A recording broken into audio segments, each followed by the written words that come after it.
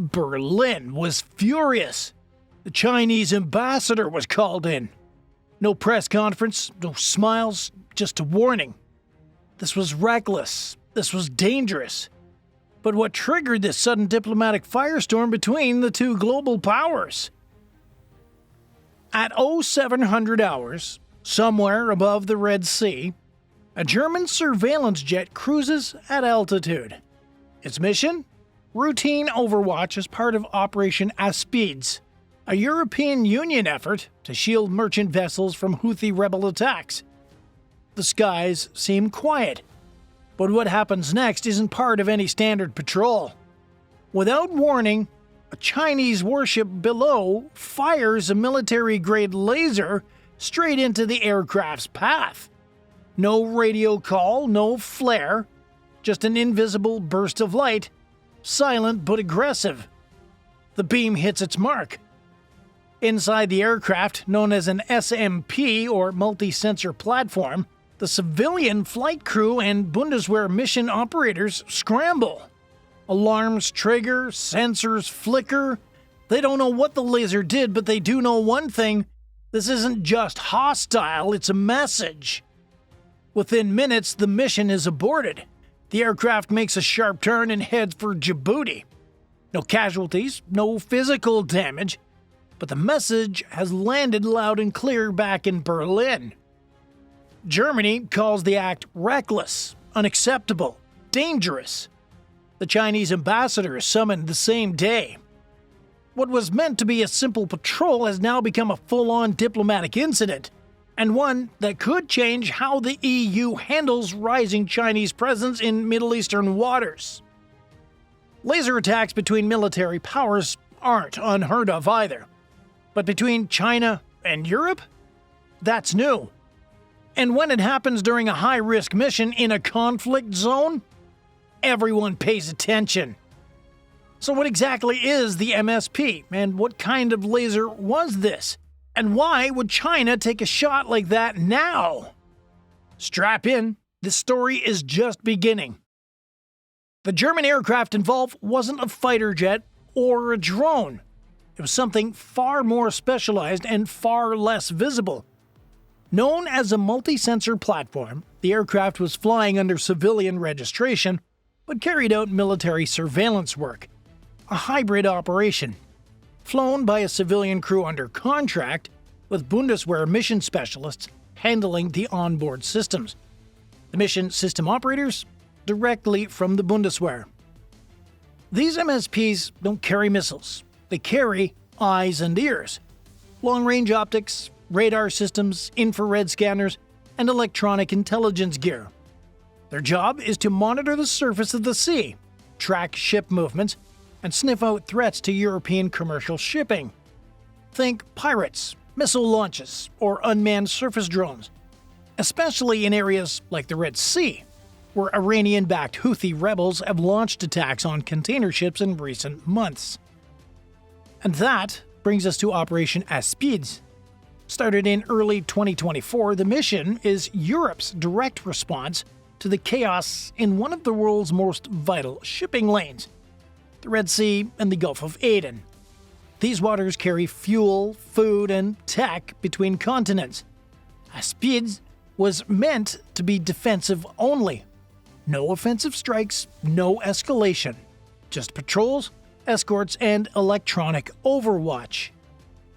But now, a Chinese Navy ship has just introduced a whole new variable into that equation. What kind of ship was it? Well, official sources aren't saying, but multiple defense analysts suspect a Type 052 destroyer or similar platform, both of which are equipped with laser-based countermeasure systems. Normally used to blind drones or confuse optics, these weapons can be deadly if misused or intentionally targeted. And here is where it gets a little uncomfortable. China isn't part of ASPIDES. It wasn't coordinating with the European forces.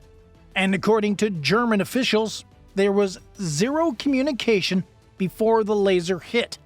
No identify yourself, no leave the area, just a shot in the dark. Literally. With military forces from Europe, the US, China, and even Iran operating in overlapping zones, one false signal could spiral into something far worse. And this was no mistake. Military lasers sound like science fiction, but for anyone flying surveillance missions over tense waters, they're a very real threat. The German MSP aircraft was operating at medium altitude, on a steady surveillance leg. Below, the suspected Chinese warship was sailing in international waters. Then, without any form of contact, it activated what Germany later described as a military-grade laser system and aimed it right at the patrol jet. The laser wasn't visible to the naked eye, but its effects were. First, the MSP's optical sensors began to malfunction. Blinking, distorted, certain feeds turned pure white or pure red, classic signs of laser overexposure. These platforms rely on high-powered optics to track threats across the sea. A blinding pulse can temporarily knock out that capability, or even permanently damage sensor hardware. Second, the crew's situational awareness degraded. While the pilots weren't physically harmed, they reported alarm signals and interference on key monitoring equipment. That's consistent with exposure to directed energy, especially if the beam was strong enough to affect onboard systems. Within 24 hours of the incident, the German Foreign Ministry summoned the Chinese ambassador for an urgent explanation. The language was direct. Germany called the laser strike entirely unacceptable and accused China of endangering personnel and disrupting an EU security mission. And that's critical. This wasn't just about Germany. It was an attack on a multilateral European operation. The German defense minister confirmed the mission was aborted immediately. "The safety of our personnel is non-negotiable," he stated. This action by China was irresponsible, dangerous, and escalatory. But the fallout didn't stop just there either. German officials pushed the EU's Political and Security Committee to review risk protocols. In Brussels, diplomats began openly questioning whether Chinese forces should still be treated as passive observers, or as potential disruptors in a volatile region. Meanwhile, Beijing remained silent. No denial, no explanation, no justification. Just silence. Strategic, calculated silence. And that's deeply worrying. Germany is no stranger to international tensions. But this wasn't over Taiwan or the South China Sea. This was happening in a zone where Europe is actively deployed under a formal mandate to protect one of the world's most critical trade routes. Some German officials are now pushing for an update of the rules of engagement, especially for surveillance missions near hostile forces. Others urge caution, not wanting to escalate tensions with China. But behind closed doors, one thing is clear. This wasn't routine interference, it was a clear signal. Even NATO took notice. While ASPIDES is an EU-led mission, analysts confirm that key military alliances are now watching the Red Sea more closely. Because this wasn't just a flash of light in the sky, it was a political flare, one seen from Berlin to Brussels. The Red Sea isn't just another stretch of ocean either. It is one of the most strategically loaded waterways on the planet. Every day, tankers and cargo ships carrying fuel, grain, electronics, and rare minerals sail through this narrow corridor. Disrupt that flow, and the global supply chains buckle. That's why Europe launched Operation ASPIDES in the first place, to safeguard civilian shipping from Houthi drone strikes and missile threats spilling over from Yemen's ongoing chaos. But what started as a mission against rebel attacks is now colliding with something much bigger: great power maneuvering.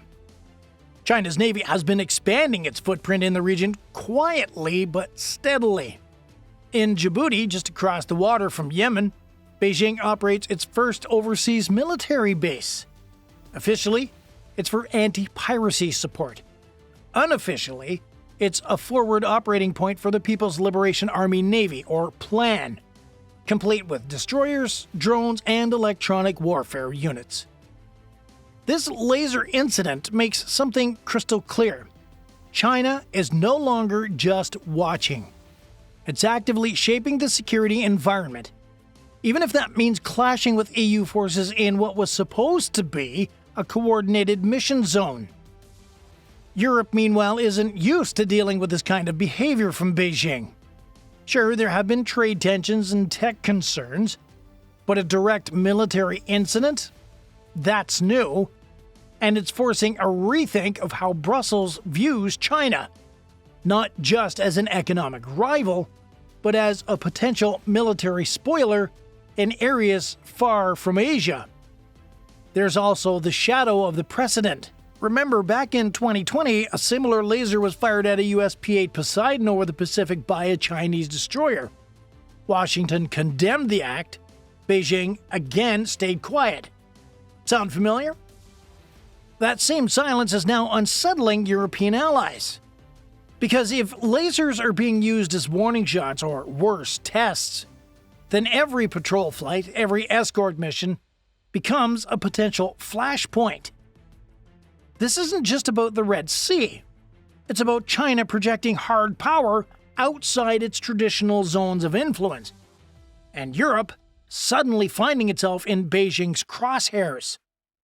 And in a world already full of overlapping conflict zones, from Ukraine to the South China Sea, nobody's in the mood for miscalculations. Inside EU military planning rooms, the conversation has shifted. One question leads every briefing. Was this a one-off or a warning? If China intended to send a message, it was received loud and clear. The MSP was unarmed, the mission was legal, the airspace was intentional, and yet, a high-energy laser was used to interfere with it. That's not an accident. That's a deliberate act of pressure. Maybe even an attempt to redefine who gets to operate in the region. European officials now face a strategic dilemma. If they change patrol routes to avoid Chinese vessels, they look weak, like they're backing off from a mission meant to secure global trade.